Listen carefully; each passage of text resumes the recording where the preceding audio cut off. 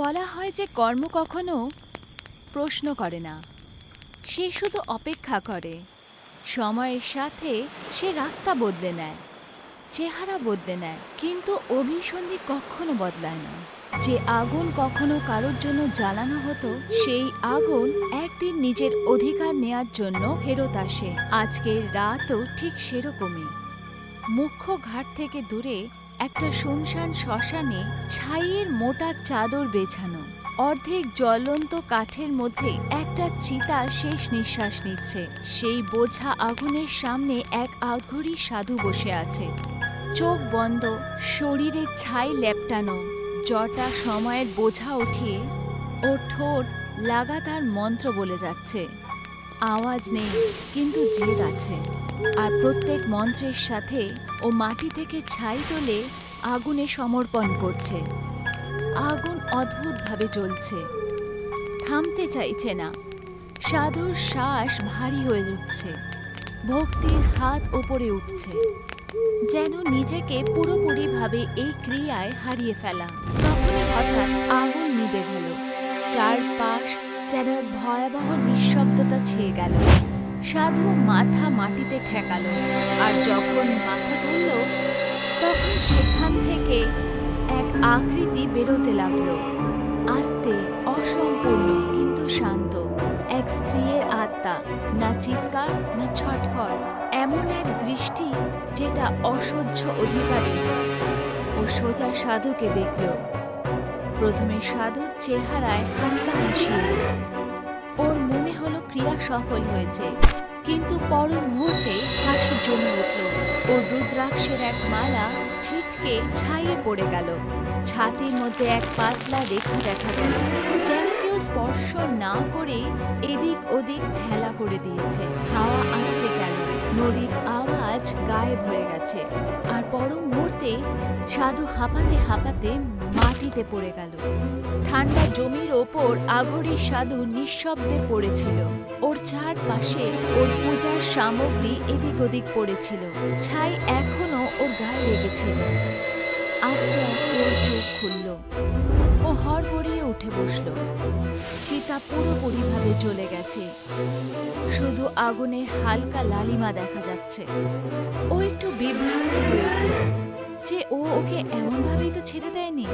ও তারপরে চারপাশে নজর দিল, ওই আত্মাকে খুঁজল, কিন্তু ও কোথাও ছিল না। ও আবার মন্ত্র জপ করার চেষ্টা করল, ঠোঁট নাড়ালো, কিন্তু কোনো আওয়াজ এলো না। আগুনে কোনো রকম ব্যস্ততা নেই, হাওয়া যেমন বেপরোয়াভাবে চলছে। প্রথমবার ওর চোখে ভয় দেখা দিল। বিনা একটা শব্দ বলে ও নিজের জিনিসগুলোকে একত্র করে শ্মশান থেকে বেরিয়ে গেল। ওই অন্ধকার জায়গার মধ্যে ও নিজের খেয়ালে হারিয়ে গিয়ে জঙ্গলের দিকে চলে গেল। ওর পেছনে ছাইয়ে স্তম্ভ হালকা পিছলে গেল, যেন মনে হলো কোনো অদৃশ্য জিনিস এখন দিয়ে স্বাধীন হলো। আঘরী সাধু যখন নিজের আশ্রমে ফেরত এলো, তো ওখানে গ্রামের লোকেদের ভিড় জমা ছিল। ও সবাইকে শক্তভাবে সরিয়ে ভেতরে প্রবেশ করতেই স্তম্ভিত হয়ে গেল।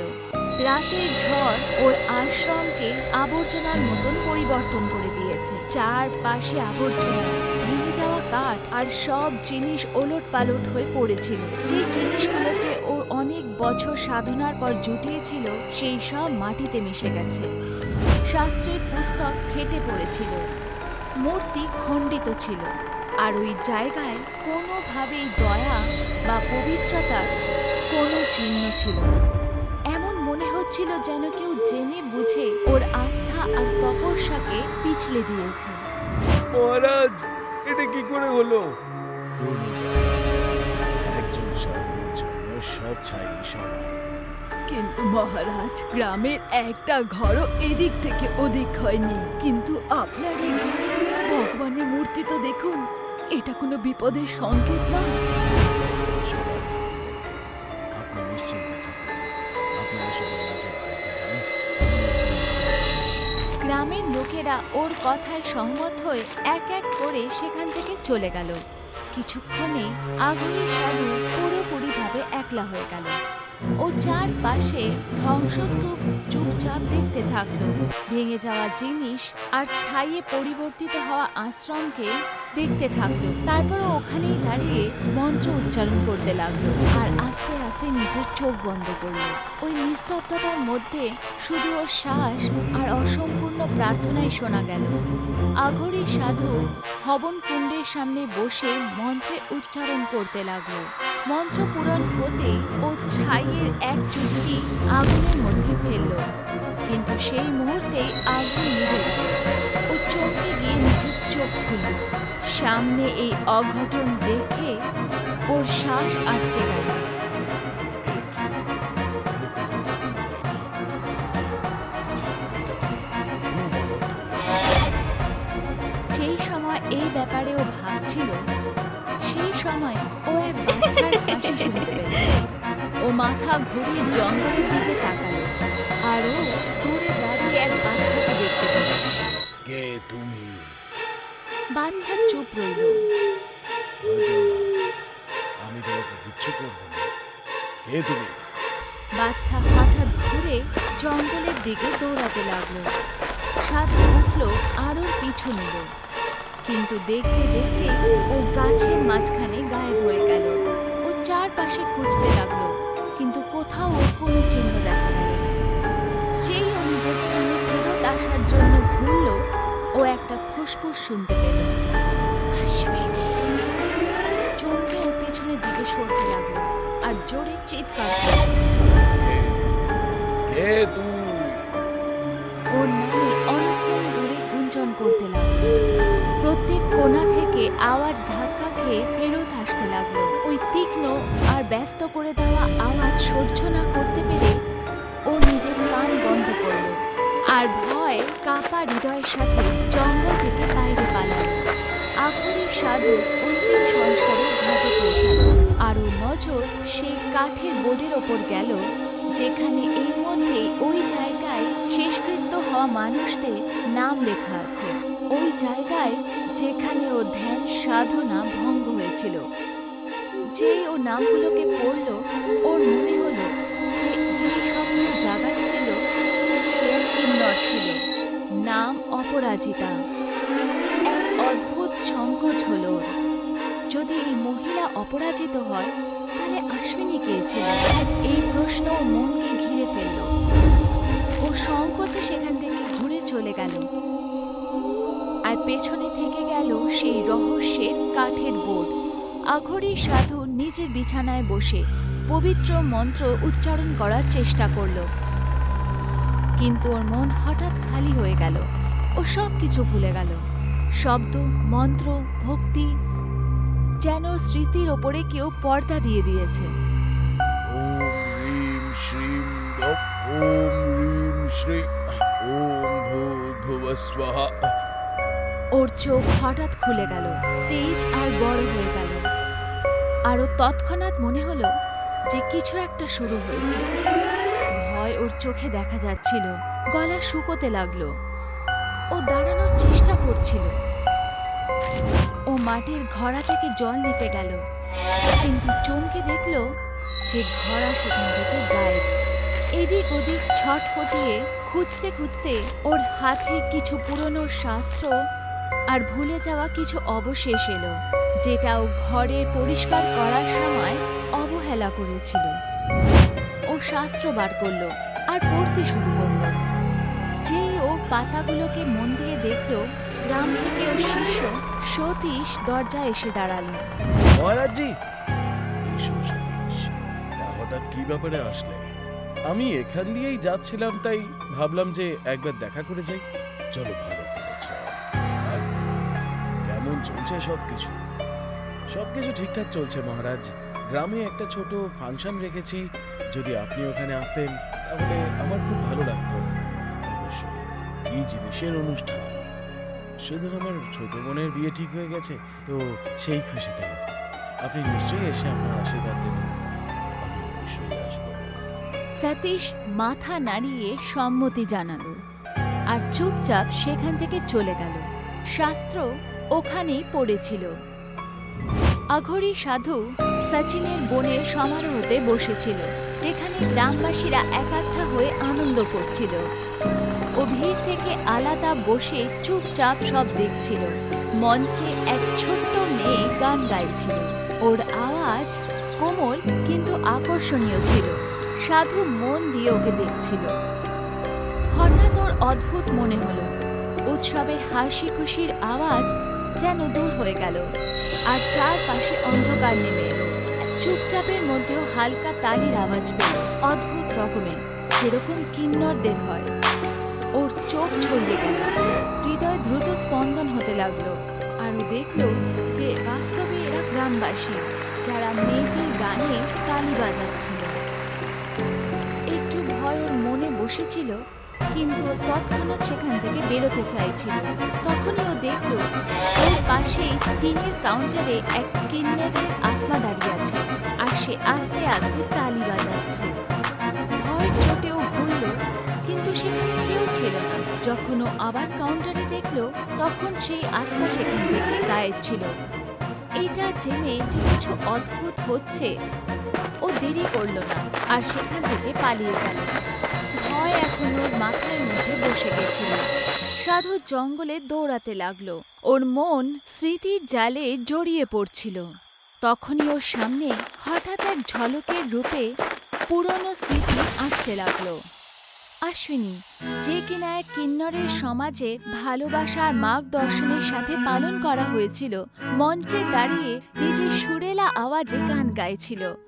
ও গ্রামবাসীদের অন্ধবিশ্বাসের ওপর বিশ্বাস না করতে আর সব ধর্মকে সমানভাবে আদর করার শিক্ষা দিত। আপনাদের এইসব অন্ধবিশ্বাসের ওপরে মন দেওয়া উচিত নয়। ভগবান সবার, তার জন্য আমাদের সবার পুজো সমান হয়। সাধু সমাজ ও প্রভাবশালী উপস্থিতি আর জাগরুকতার জন্য ক্রোধিত ছিল। অশ্বিনীকে ডাইনি বলে গ্রামের লোকেরা গভীর জঙ্গলে টেনে আনল। ওকে দড়ি দিয়ে বেঁধে সাধুর ঘেরার মাঝখানে বসানো হলো, যে মন্ত্র উচ্চারণে ব্যস্ত ছিল। কিন্নরদের মিনতি আর অশ্বিনীর প্রার্থনা কোনো কাজ দিল না। এক সাধু বিনা কোনো দয়াতে জ্বলে যাওয়া কাঠের টুকরোয় ওকে আগুনে দিয়ে দিল। কিন্নররা ক্রোধে তালি বাজাতে লাগলো। ওর আওয়াজ জঙ্গলে গুঞ্জে উঠল, আর ও গ্রামবাসী আর সাধুকে শ্রাপ দিল। তোমরা আমার মেয়ের হত্যা করেছ। এই কিন্নরের শ্রাপ এই গ্রামকে গ্রাস করে নেবে, সব কিছু শেষ করে দেবে। সতীশ দুশ্চিন্তা ভরে নিজের বাবার কাছে আর ওনাকে পুরো কথা বোঝালো। বাবা, মণ্ডপের বাইরে একটা বড় শর্ট সার্কিট হয়ে গেছে।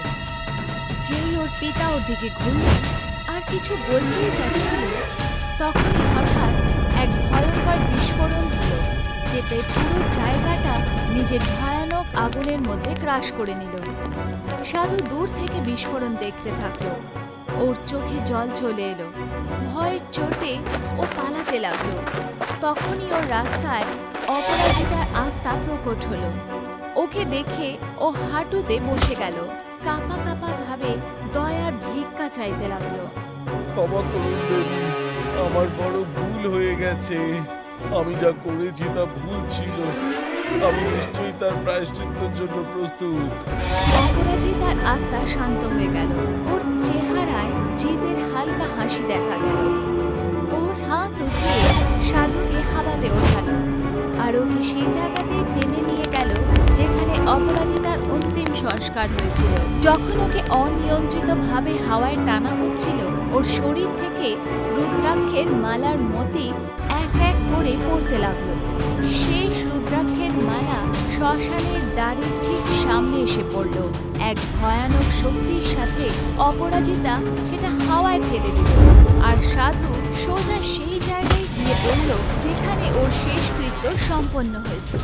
বাকি সব কিন্নররা সেখানে এক ঘেরা বানিয়ে দাঁড়িয়েছিল। ওদের মধ্যে একজন সেই জঙ্গলেরই কাঠ দিয়ে আগুন জ্বালিয়ে আগে এগোতে লাগলো।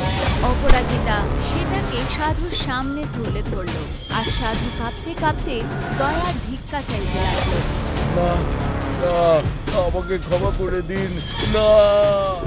অপরাজিতা জ্বলন্ত কাঠ সাধুর ওপরে ফেলে দিল, আরো পুরোপুরিভাবে জ্বলে গেল। ওর চিৎকারের আওয়াজ হাওয়ায় শোনা গেল আর হঠাৎ সেই দৃশ্যের সাথে জুড়ে গেল, যেখানে খুব নিষ্ঠুরভাবে ওরা আশ্বিনীকে জ্বালিয়েছিল। বাড়ির দেয়ালে লোকানো ছিল এক অসম্পূর্ণ রহস্য। 12 বছর ধরে চলছে বদলার শ্বাস। ছমছমির চিৎকারে ছিল ব্যথা আর ভালোবাসা। সত্য হৃদয় খুলল ওর ফিরে আসার দ্বার। পাপের শ্বাস ভাঙল সেই রাতেই। সকাল হতেই মুক্ত হলো বাড়ির সব অনুভব। নেশায় এক লোক নিজের বাড়ির বাইরে থেকে বেরোলো আর ভেতরে সবাইকে গালাগালি করতে লাগলো। আর কাউকে চাই না আমি, সবাইকে দেখে নেব আমি, দেখে নেব সবাইকে আমি। ও খাটিয়ার ওপরে বসলো। এই খাটিয়া, তুই আমাকে শুতে দিবি না? আমি তাহলে তোর ওপরই শুয়ে যাব। এই ভগবান।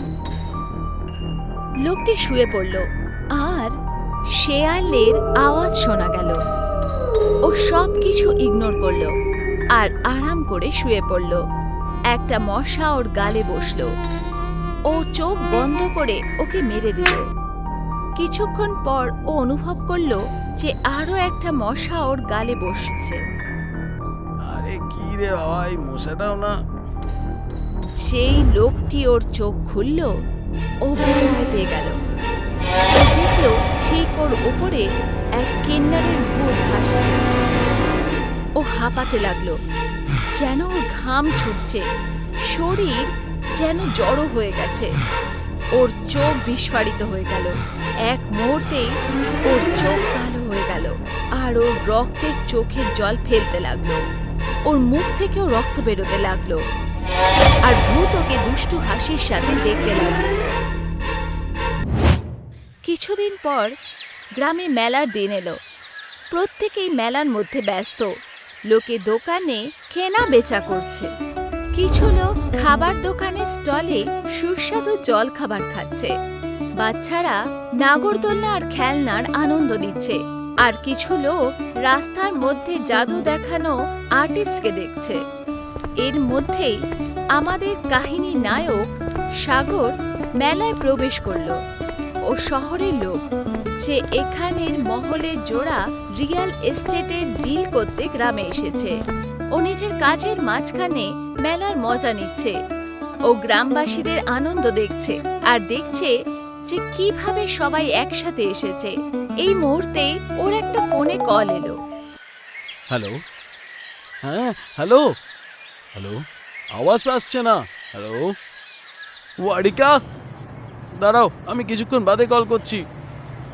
সাগর হাতে মোবাইল নিয়ে মেলার বাইরে এলো। ও দ্রুত পায়ে চলতে থাকলো। ফোনকে ওপরে উঠিয়ে যেন নেটওয়ার্ক খুঁজছে। আরে এই গ্রামে তো এই একটাই সমস্যা, নেটওয়ার্কই পাওয়া যায় না। এর মাঝে ও একটা গাছের সামনে নেটওয়ার্ক পেল আর ও ওখানেই থেমে গেল। পেয়ে গেছি। সাগর তাড়াতাড়ি কল করলো। হ্যালো, হ্যাঁ কুমারবাবু বলুন। আমি শুধু এটাই বলছিলাম যে বাড়ির ব্যাপার হয়েছে কি না। কিছু মানুষ এসেছিলেন তো বটে, কিন্তু তাদের থেকে খুব একটা ভালো রেসপন্স পাইনি। যেই মাত্র কিছু জানতে পারবো আমি আপনাকে জানাবো। ঠিক আছে, মনে রাখবে তোমার কাছে শুধু 1 মাসের সময় আছে। মহারানাজি কিন্তু বেশি দিন সময় দেবে না। হ্যাঁ কুমারবাবু, আমি জানি। ঠিক আছে, আমি রাখছি এখন। মনে হচ্ছে দ্বিতীয় ক্লায়েন্ট চলে এসছে। সাগর মিথ্যে বলে কল রেখে দিল। আরও একবার মেলার গেটের দিকেও তাকালো। তারপর সেখান থেকে চলে গেল। সাগর চায়ের দোকানে পৌঁছালো আর বেঞ্চে গিয়ে বসলো। আরে বাহ সঞ্জু, আজকে তুমি দোকান লাগিয়েছো? কি হয়েছে? সব কিছু ঠিক আছে তো? তোমাকে উদাস মনে হচ্ছে। 1 সপ্তাহ ধরে তো পেয়ারে লালু আসেনি। বাবা আর নেই। কি? কি করে? আর কখন হলো এসব? ওনাকে বাড়ির ভূত শেষ করে দিয়েছে। ছমছমি মানে? এই গ্রামের বাড়ির ভূতনি। ও এক নর্তক কিন্নর ছিল, যার মৃত্যু 12 বছর আগে বাড়িতে বসন্ত পঞ্চমীর দিন হয়েছিল। সেটা কেন? এটা তো কেউই জানে না। শুধু সেই সময় থেকে যেন এই গ্রামে কোনো অভিশাপ লেগেছে। রাজার সাহেবও সেই রাতই নিচে ফাঁসি লাগিয়ে নেয়। তারপর থেকে ওই বাড়ি শাপিত হয়ে গেছে, আর ওখানে কেউ থাকতে পারেনি। প্রত্যেক বছর বসন্ত পঞ্চমীর আগে ফসলের দিন থেকে উৎসব অবধি ওর আত্মা এই গ্রামে ঘুরে বেড়ায়। ও সেই প্রত্যেক লোককে স্বীকার করে যে রাতের সময় বাড়ির আশেপাশে ঘুরে বেড়ায়। প্যারেলালের সাথে কি হয়েছিল? উনি নেশার অবস্থায় বাড়ির দেয়ালে প্রস্রাব করে দিয়েছিল। মায়ের চেঁচানোতে ও বাড়ি থেকে বাইরে চারপাইতে শুয়েছিল। আর সকালে গরম চায়ের গ্লাস হাতে নিয়ে ও সব কিছু মন দিয়ে শুনছিল। ও পুরোপুরি বিশ্বাস করতে পারেনি, কিন্তু জিজ্ঞাসা নিশ্চয়ই ছিল। দেখ সঞ্জু, প্যারেলালের সাথে যা হয়েছিল তা ভুল হয়েছিল, কিন্তু হতে পারে এর কারণ অন্য কিছু। যার উপর ঘটেছে সেই জানে। চা খাও দাদা। সঞ্জু পেছনে ঘুরে মাটিতে রাখা টাবে বাসন ধুতে লাগলো। সাগর সেটা ইগনোর করলো আর নিজের চা শেষ করলো, আর তারপর সেখান থেকে চলে গেল। বাড়িতে সাগর হলওয়ের মধ্যে দিয়ে যাচ্ছিল, যখন ওর মনে হলো এখনো যেন কেউ ওর পেছন থেকে যাচ্ছে। ও তৎক্ষণাৎ সতর্ক হয়ে গেল আর সেই জায়গার দিকে এগোলো যেখানে ও এটা অনুভব করেছিল। কে আছো? কে আছো ওখানে? হ্যালো? যেই ও পেছনে ঘুরল, ও চমকে উঠল। সেটা আর কেউ নয়, ওর গার্লফ্রেন্ড দিব্যা। ও হঠাৎ ওকে দেখে ভয় পেয়ে গেল। ভয় পেয়ে গেলে আবার? দিব্যা, তুমি এখানে কি করে? তুমি আমাকে বলনি কেন? বললে তুমি আসতে দিতে। আরে সেই ব্যাপার না, তুমি এখানে এলে কিভাবে? কোম্পানি আমার লিভ অ্যাপ্রুভ করে দিয়েছে, তাই আমি ভাবলাম গ্রামে যাওয়ার থেকে ভালো তোমাকে একটু হেল্প করে দিই, ব্রোকার সাহেব। চলো, ভালো করেছো। আরে হ্যাঁ, দিস ইজ দ্য মোমেন্ট। আমাদের প্রথম ট্রিপ একসাথে। চলো একটা ফটো নিয়ে নি। দিব্যার চেহারা বদলে গেল। ওকে চিন্তিত দেখালো। ও সেটা দেখলো না, কারণ ও ওর পকেটে ফোন খুঁজছিল। কোথায় গেল আমার ফোন? এখানেই তো রেখেছিলাম। আরে ছাড়ো না, আমরা পরে করে নেব এসব। আরে কিন্তু ফোনটা তো খুঁজতে হবে না? হতে পারে ওই চালার কাছেই রেখে এসেছি। চলো ওখানে গিয়ে একবার চেক করে নি। সাগর সেখান থেকে চলে গেল, আর দিব্যা সেই জায়গায় দাঁড়িয়ে রইল আর ওকে যেতে দেখতে লাগলো। সাগর তাড়াতাড়ি সঞ্জুর কাছে এলো আর নিজের ফোনের ব্যাপারে জিজ্ঞেস করলো। আরে সঞ্জু, শোন, আমার ফোনটা এখানে রয়ে গেছিল নাকি? ফোন? তুমি তো এখানে তোমার ফোন বাড়ি করনি। আরে তো কোথায় রয়ে গেছে? আরে ঠিক আছে বাবা, থাকবে হয়তো কোথাও। তুমি ততক্ষণে আমার ফোনটা ইউজ করো। এখন চলো আমরা যাই। সাগর সঞ্জুর দিকে সন্দেহ ভরা নজরে দেখলো, তারপর দিব্যার সাথে সেখান থেকে চলে গেল। রাতের বেলায় সাগর কলে ছিল আর ক্লায়েন্টের ডিটেলস নোট করছিল। ওদিকে দিব্যার পেছনে বসে বাড়ির ক্যাটালগ দেখছিল। হ্যাঁ হ্যাঁ স্যার, আমি আপনার সাথে কালকে 11টার সময় দেখা করব। আপনি এসে আমাকে এই নাম্বারেই কল করে দেবেন। হ্যাঁ হ্যাঁ, ঠিক আছে। সাগর কল কেটে দিল আর দিব্যা দিকে ঘুরল। ইয়ার, এই বাড়ি এত ভালো, এটাকে কেন ওরা বিক্রি করছে? বড় লোকেদের বড় ব্যাপার, এর সাথে আমার কি যোগাযোগ রয়েছে? আমি তো চাই তাড়াতাড়ি এটা বিক্রি হয়ে যাক, যাতে এর কমিশনে আমার একটু ফায়দা হয়, আর তারপর আমরা আমাদের বাড়ির ডাউন পেমেন্ট করতে পারবো। হয়ে যাবে, তুমি এটা করে নেবে। সাগর ওর দিকে তাকালো আর হাসলো। এই রাত সমাপ্ত হলো। এখানে শহরে কোভার নিজের আম চেয়ারে বসে ফোন চেক করছিল। তখনই মহারানী রমাবতী, মানে ওর মা, এসে পৌঁছালো। বাড়ির কি খবর? সাগর কাজ করছে, আমি ওকে আরো একটা মাসের সুযোগ দিয়েছি, মনে হচ্ছে ও করে নেবে। তাড়াতাড়ি এই কাজটা শেষ করতে হবে, যাতে ওর টাকায় আমাদের কাজ হয়ে যায়। আমরা কি নিজেরা একবার ওখানে গিয়ে দেখব? হয়তো এতে কাজও তাড়াতাড়ি হয়ে যাবে। রমাবতী সোফায় বসে গেল। তুই ঠিক বলছিস, আর বসন্ত পঞ্চমীও আসতে চলেছে। বাড়ির পুজোতে আমাদের থাকা জরুরি। আমি ফ্লাইটের টিকিট করিয়ে দিচ্ছি, আর সাগরকেও বলে দিচ্ছি। রমাবতী মাথা নাড়িয়ে সহমতি দিল। আর সেখান থেকে চলে গেল। অন্যদিকে সাগর বাড়ির গেটে ওই ক্লায়েন্টের অপেক্ষা করছিল, যাকে ও আগের রাতে কল করেছিল। দিব্যাকে এখানে দেখা যাচ্ছে না। জানি না ওর কত সময় লাগবে এখানে আসতে, আর এই দিব্যাও সঠিক সময়ে গায়েব হয়ে যায়। অস্থিরতার সাথে অপেক্ষা করতে করতে সাগর একটা সাদা কার আসতে দেখল, আর কারে বসা ওই ব্যক্তিকে ও ক্লায়েন্ট মনে করল। কারোর সামনে দাঁড়ালো আর ওই লোকটার অভিবাদন করল, ওকে বাড়ির ভেতরে নিয়ে গেল। ভেতরে সাগর আর ক্লায়েন্ট বাড়ির হল দিয়ে যাচ্ছিল, আর সাগর ওকে বাড়ির সব অংশ দেখাচ্ছিল। তো কেমন লাগলো স্যার আপনার? জায়গাটা তো ভালোই। আমরা ডিলটা কবে করতে পারি? আপনি যদি বলেন তাহলে কালকেই বাড়ির মার্কিনকে এখানে ডেকে নিই, আমরা এটা কালকেই করে নেব। ওকে, আপনি ওনাকে। মাঝখানে ক্লায়েন্টের ফোন বাজলো। ও সাগরকে সেখানেই থামার ইশারা দিল আর কল নেয়ার জন্য ভেতরে চলে গেল। ও একটা কাচের সামনে দাঁড়িয়েছিল। ডিল ফাইনাল করে দিয়েছি, কালকের মধ্যে টাকার ব্যবস্থা করতে হবে। যখন ও কথা বলছিল, কাচের মধ্যে এক কিন্নানের মতো আকৃতি ভূতিয়া চেহারের সাথে দেখা দিল। শুরুতেও কিছুই বুঝতে পারল না, কিন্তু হঠাৎ ও কাচের দিকে তাকালো, আর যেই ও ভূতকে পুরোপুরি দেখল, ওর চোখ বিস্ফারিত হয়ে গেল। ভূত ওর দিকে সোজা তাকাচ্ছিল, আর লোকটি পুরোপুরি ভয় পেয়ে গেছিল। কিছু সময় কেটে গেল, আর সাগর সিঁড়িতে ঘুমিয়ে পড়েছিল।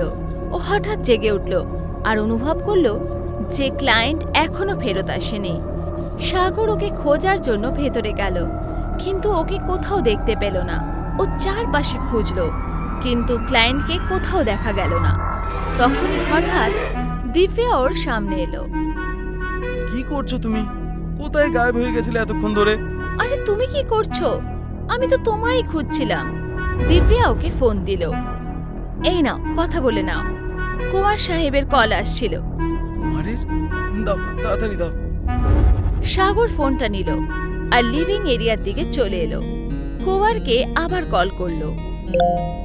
হ্যালো, হ্যাঁ কুমার বাবু, আপনি কল করেছিলেন?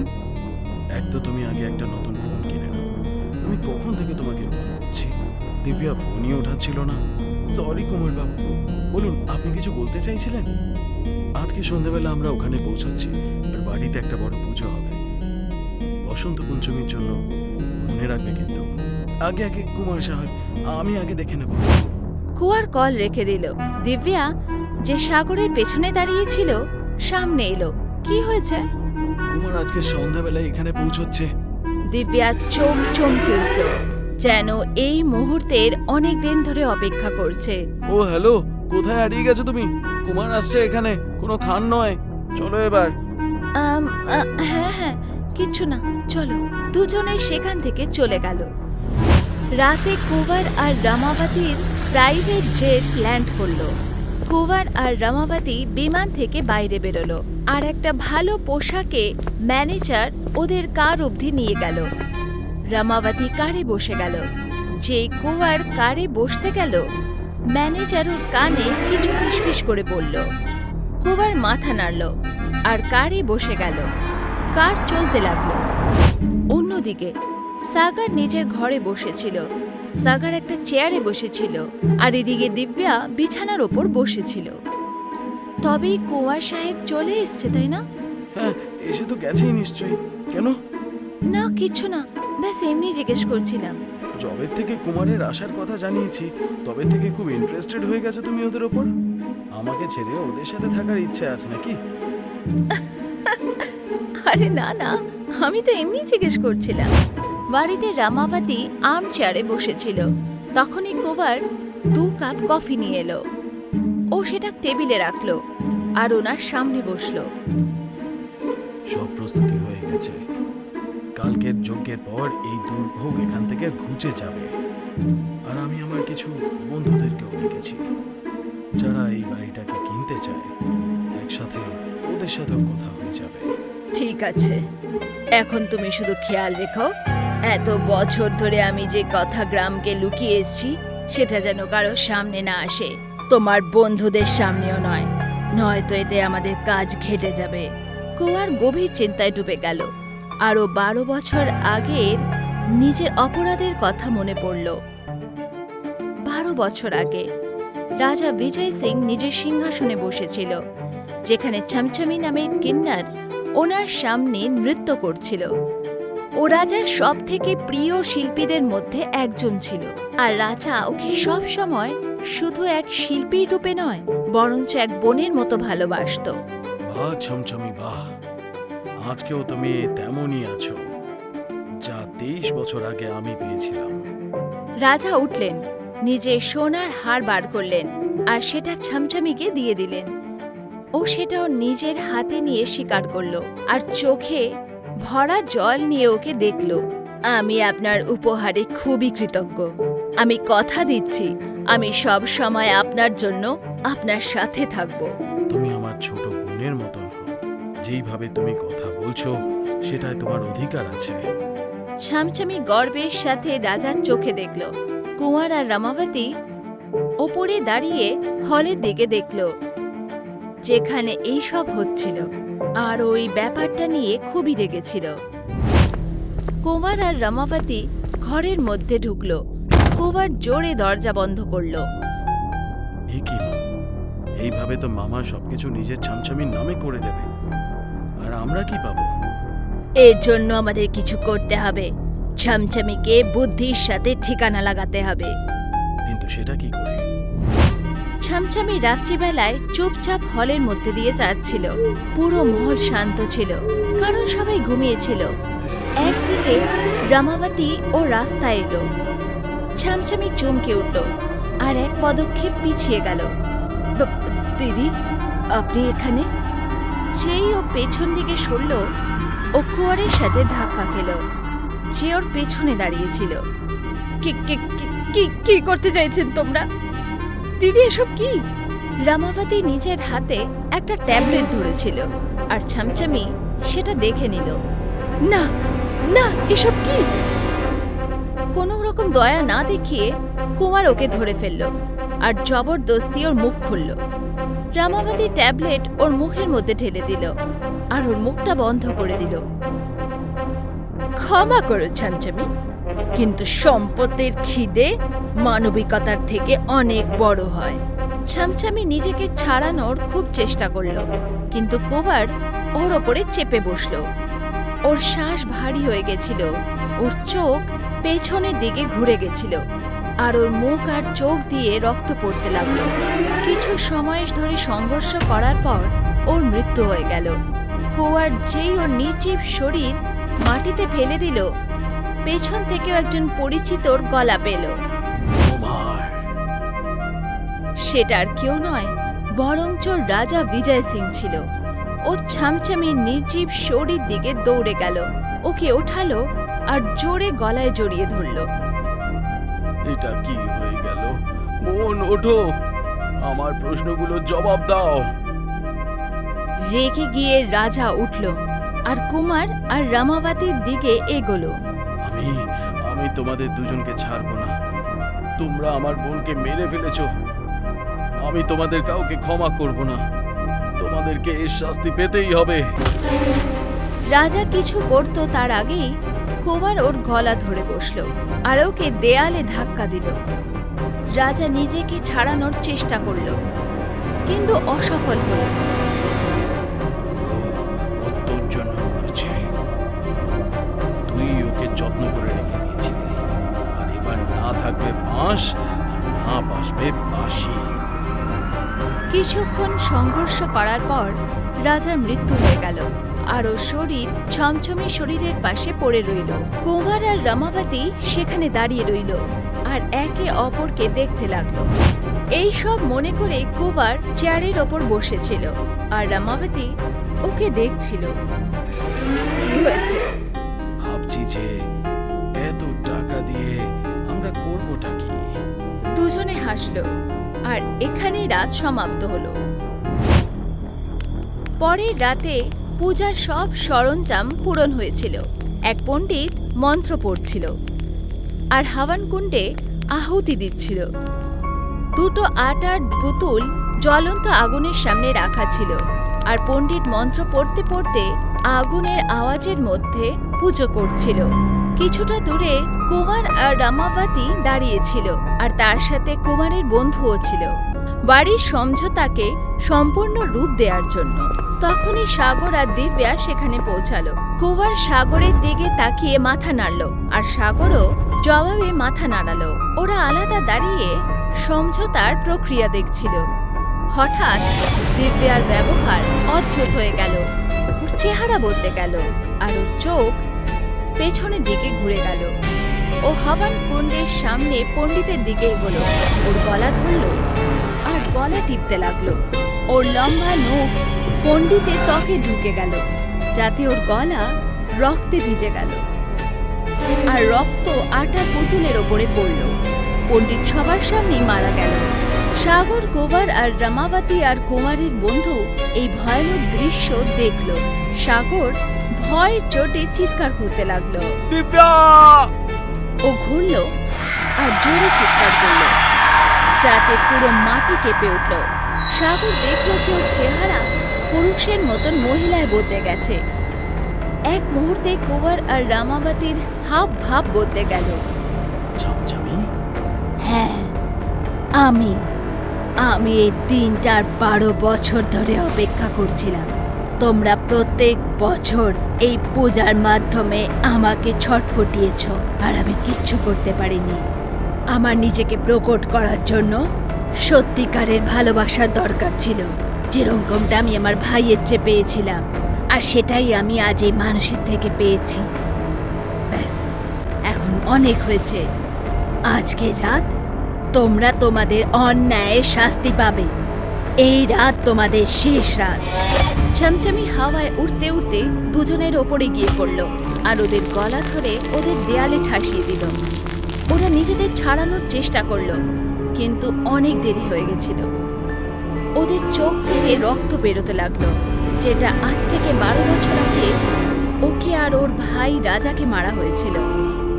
যেরকম ছমছমির চোখ থেকে রক্ত পড়েছিল, ছমছমির নখ রামাবতী আর কুয়ারের ত্বকে ফুটে গেল।